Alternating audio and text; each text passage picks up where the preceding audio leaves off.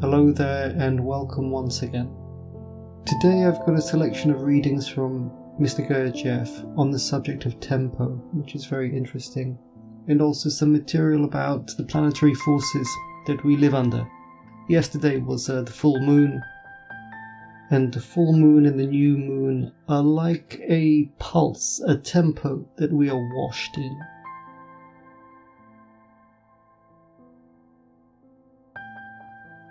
I have been investigating the colours and the seasons that are used in the traditional Christian calendar to try and make sense of them.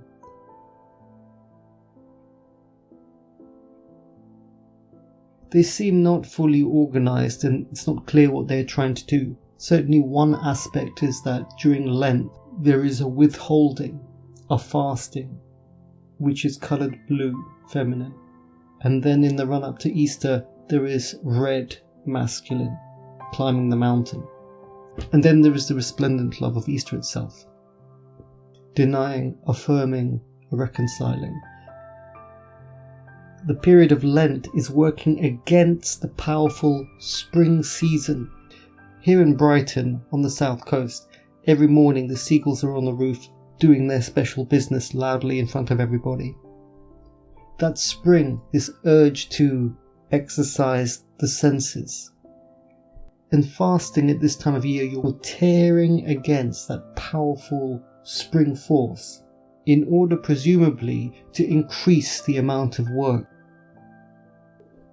which during the Christian periods sent out a pulse that regulated the tempo in the Christian world. Last week I was talking about King Henry VIII, history I really do hate, I just tell you that. And I had a comment, I don't get many comments so thank you, but I had a comment to the effect that history doesn't mean anything because there's so many people, there's so many events and it's all just human futility, from a very educated person. But the problem with modern education is that you've got no stake in it. If you really are a descendant of the white Christian people of England, and maybe even a blood relation of King Henry VIII himself, it's not history that you're listening to, it's the story of your people, of your meaning, of your aim. Then it counts. And so, as Gurdjieff describes, in the modern world, people are educated, but their education in their head is not connected to their real self. And that is why you see all the time intellectuals in the Western world trying to understand what is going on, and they cannot understand. They do not suspect that something is damaged inside of them. Once that appliance is inside the head, it's very difficult for people to make any progress. I just had a thought about concepts. I think the answer is that a concept is a three-dimensional structure, and it has a label, which are the words, but it also has a kind of energy inside. And if there's a mismatch there, the concept is fake. And that happens when people speak without having had a three-dimensional education. So if you're taught in a guild system and you talk about carpentry and you're taught by a carpenter, then as you speak, your concepts, they feel inside what the label says.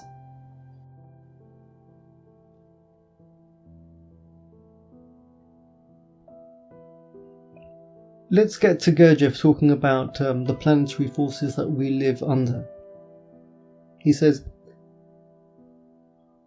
man contains within him the possibility of evolution, but the evolution of humanity as a whole, that is the development of these possibilities in all men, or in most of them, or even in a large number of them, is not necessary for the purposes of the Earth, or of the planetary world in general, and it might in fact be injurious or fatal. There exist therefore special forces of a planetary character which oppose the evolution of large masses and keep it at the level it ought to be. Humanity is part of the organic life of the Earth, which was created to provide a certain kind of energy for the moon, and the Earth looks after the moon. This is the basis of the correct view of human evolution. There is no compulsory mechanical evolution. Evolution is the result of conscious struggle. Nature does not need this evolution. It does not want it and struggles against it.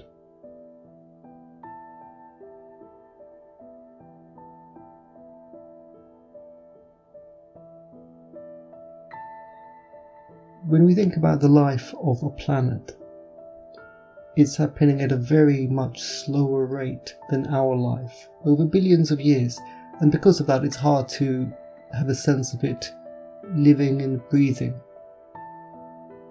It's quite difficult to explain where the sense of the livingness of everything in the universe really comes from. What kind of knowledge is that? Is it emotional knowledge? Is it for people who are interested in folk tales or who have psychic perceptions? I'm not sure where I can categorize it, but one thing's for sure, a lot of people are going to find these ideas very strange. For them, most of the universe is dead, inanimate matter, which is quite a strange idea. Sometimes I wonder why higher forces don't try to help the Earth. Why doesn't somebody try to help us? Well, if they did try to help us, I think they would put more energy into the Earth, and then people would start behaving better and doing better things. And I say that because the things that we see the world doing today are simply a result of their low energy state.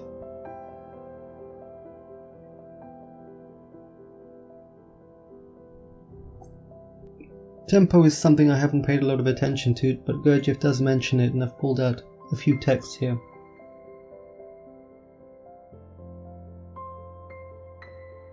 As the correctness of the functioning proceeding in us, of any relatively independent organ, depends on the correctness of the tempo of the general function of the whole organism.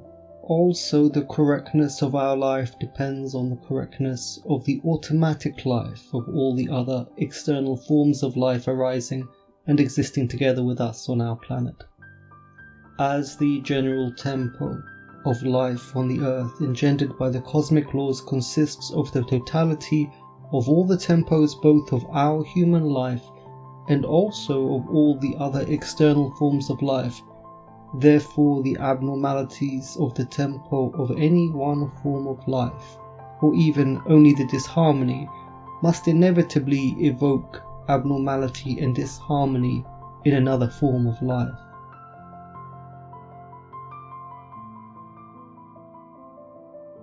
I note that in Britain and America what is called the deep state is actually trying as an inner guard to maintain some kind of tempo of functioning of their nations, whilst great storms are washing over the surface of these countries. From the Women of the Rope. Miss Gordon, look on me like a dog on butterbread. Germans are only ones who have kept this and should be. Many thousands of years necessary for the arising of such an expression was self-created. And now Americans and English with wiseacring make it bread and butter, which is quite another thing. They have broken what was self-created. Very important thing I tell for you Americans. It is the same in all things. All men with quotation marks are the same. By every proof of science, by every test, such man is exact, same tempo, same vibration, all, even his merde is the same. But men without quotation marks are never the same. There are many different kinds, 7 times 7. I am a man without quotation marks. And another extract. Without the reverberation, the pronouncing aloud to oneself of the words I am will have no significance at all. The result of the pronouncing of them without the reverberation will be the same as that which is obtained from the automatic associative mentation of man, namely, an increase of that in the atmosphere of our planet from our perceptions of which, and from its blending with our second food, there arises in us an irresistible urge to destroy the various tempos of ordinary life somehow established through centuries. This second exercise, as I have already said, is only preparatory, and when you have acquired the knack, as it were, of experiencing this process imagined in yourself, only then will I give you further definite, real indications for the actualization in yourself of real results. First of all, concentrate the greater part of your attention on the words I am, and the lesser part concentrate on the solar plexus, and the reverberation should gradually proceed of itself. At first, it is necessary to acquire only, so to say, the taste of these impulses which you have not as yet in you, and which for the present you may designate merely by the words I am, I can, I wish. I am, I can, I am, can. I am, I wish. I am, wish.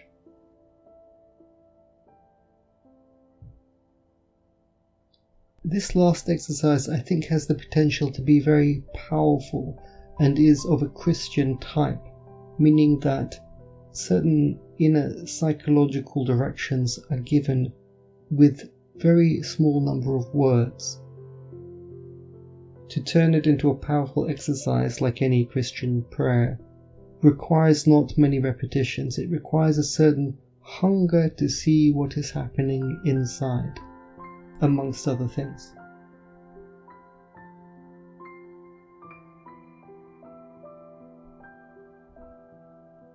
And now there's a longer story which does mention tempo as well. Once I needed some whalebone for a certain stout Jewess's corset which I had to shorten and incidentally widen, owing to the progressively increasing waistline of the owner. After long and fruitless search, the assistant in a shop which, like so many others, did not have whalebone in stock, advised me to buy a whole out-of-date corset, since doubtless the proprietor would sell it at almost the price of the whalebone. I then went directly to the proprietor, but while I was bargaining with him, another plan ripened in my mind, and I bought from him not one corset as I had intended, but all that he had in his shop, 65 old-fashioned corsets at 20 kopecks apiece, instead of the usual price of 4 or 5 rubles, after which I hurried off to buy up corsets in all the other shops of Ashkabad, paying even lower prices because everyone was glad to get rid of their stock of these quite useless articles. I did not stop at this, but the next day sent off the father of the 2 boys I employed, an old Jew, with instructions to buy up old-fashioned corsets in all the towns along the Central Asiatic Railway, while I myself, with pliers and scissors, set about making fashionable corsets. This was done very simply. The line where the corset had to be cut was traced in pencil, more having to be cut from the top and only a little from the lower parts. Then along this line the ends of the whalebone were broken off with pliers, and the material cut off with scissors. Then the girls who worked with me under the direction of Vitviskaya ripped off the tapes binding the borders, cut them and sewed them on again around the shortened corset. All that remained to be done was to thread through half of the old laces, and a mignon corset of the latest Paris fashion was ready for sale, and as many as 100 were made in a day. The most comical result was that the shop owners, having learned of the metamorphosis of their old corsets, were obliged, in view of the great demand for them, to buy them back from me with, as is said, gnashing of teeth, but now not for 10 or 20 kopecks, but at the price of 3.5 rubles a corset. In order to give you an idea of the outcome of this, I need only say that I bought up and sold more than 6,000 corsets. A material profit out of all proportion to the scale of the enterprise was achieved not merely owing to the ignorance and naivety of the locals, or even to my well-developed astuteness and resourceful adaptability to all kinds of situations, but chiefly owing to my merciless attitude towards those weaknesses present in me as in everyone, which through repetition form in man what is called laziness. It is interesting to note that during that period, a change in the functioning of my common presence took place, inexplicable from the standpoint of ordinary science and repeated more than once in the course of my life. This was a change in the regulation of the tempo of the incoming and outgoing of energy which enabled me to sleep scarcely at all for several weeks, and even for months, yet at the same time to manifest an activity which, far from being reduced, was on the contrary even more intense than usual. The last time this state reappeared, I was so interested in this phenomenon that it became for me, that is, for my self-cognizing parts, a question of equal significance to that of certain other questions which had arisen in me long before, and the solution of which had, from then on, been the aim and sense of my life. I even intend, after arranging matters connected with the fundamental program of the Institute, and when I shall have again the possibility of devoting half my time to my subjective interests, to give first place to the elucidation of this question.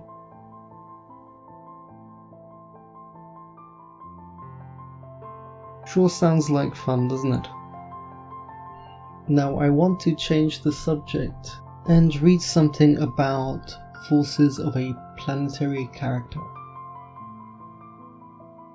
We must not oppose forces higher than our own. Not only should we not oppose them, but should even submit to them and accept all the results with reverence, at the same time praising and glorifying the marvelous and providential works of our Lord Creator. And another extract.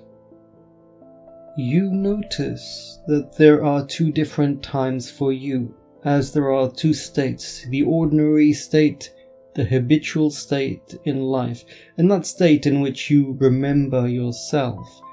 That makes two different times, one time to which you are used, and another time when you come to Rue de Colonel Renard. The time in which you are used to understanding and receiving everything is the time of the Rue de Colonel Renard. Now, if your fear comes up in the second time, that is to say, if you are afraid sooner or later of losing your time, then measure time by your state of I am. For this time has a being, I am. With the head you say, I am. It must be felt with the entire presence, in all gestures, and at once it will change. Cosmic time will have to run as will be necessary for you. You are you. Even cosmic laws submit to unity, however small that unity may be.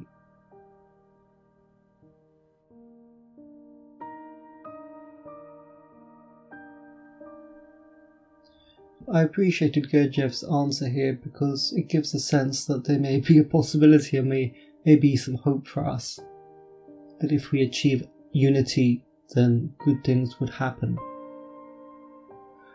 I guess those things that happen would be happening at an energetic level, and the understanding of life that we normally have just doesn't really mean anything. It comes after the fact of the energetic changes.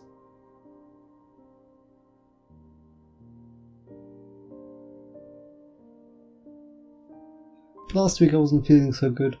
It's difficult to explain why. I concluded that the only real reason to be here is to transform everything, to take care with everything that we do, to bring it to a higher state, small things or big things, things of the day or yogic work. If we do very little, then the automatic pattern of life takes over and we can manifest all sorts of behavior. And that automatic pattern holds us. And if we project forward by doing more than what is demanded of us, then something new is created. And that's the structure. unknown, I suppose, to society.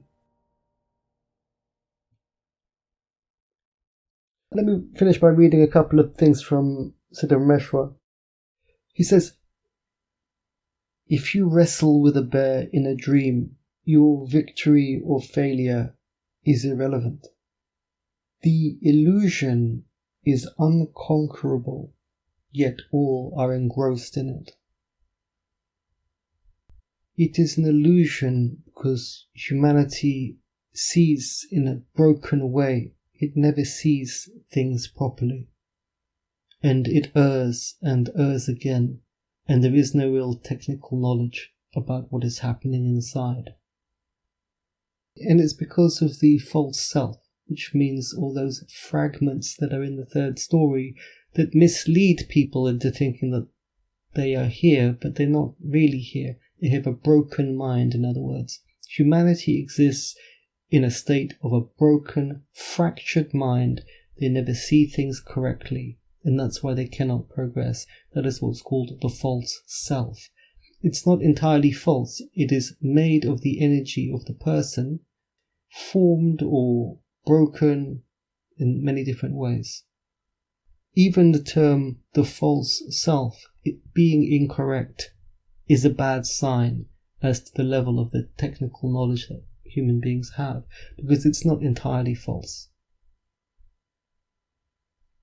He says, "O man, why are you asking about a thing which does not exist at all?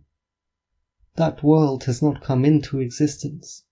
The absolute Parabrahman alone exists." By which he means all these concerns that you have come from the broken mind, and you need to take steps to unbreak it, to integrate it so you become whole.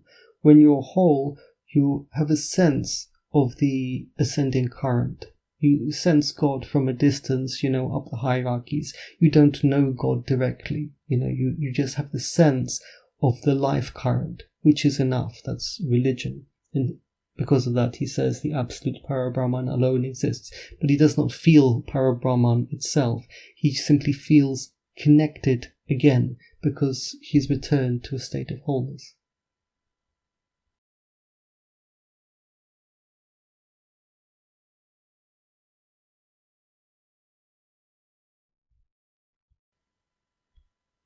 Okay, thank you for listening. Take care.